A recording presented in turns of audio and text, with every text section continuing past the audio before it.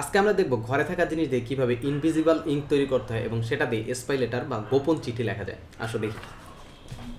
So এটার জন্য প্রথমে আমাদের লাগবে হচ্ছে লেবু, আর কিছু লাগবে না, জাস্ট লেবু। সো লেবু দিয়ে আমরা যদি হচ্ছে যে কোনো একটা জিনিস লিখি বা যা ইচ্ছা তুমি লিখতে পারো সেটা লিখি, তারপর হচ্ছে সেটাকে শুকিয়ে নিলেই আমাদের ইনভিজিবল লেটার তৈরি হয়ে যাবে। সো আমরা একটু ভিজিয়ে নিই এই কটন বাডটাকে।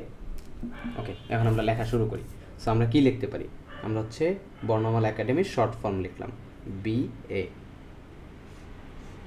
সো এখন আমাদের লেটারটা রেডি, এখন শুকিয়ে গেছে। লেবুর রস দিয়ে আমরা হচ্ছে ইনভিজিবল ইঙ্ক হিসেবে ইউজ করছি, লেবুর রসকে, লেখা হয়ে গেছে। এখন যার কাছে তুমি চিঠিটা পাঠাবা, সো সে কীভাবে ডিকোড করবে বা এটা থেকে ডেটাটা কীভাবে উদ্ধার করবে? সো তার জন্য জাস্ট এটাকে গরম করলে হবে। সো গরম করার জন্য আমরা লাইটার ইউজ করছি। লাইটার দিয়ে যদি আমরা এটাকে গরম করি তাহলে কিন্তু লেখাটা ফুটে উঠবে। সো একটু দেখো,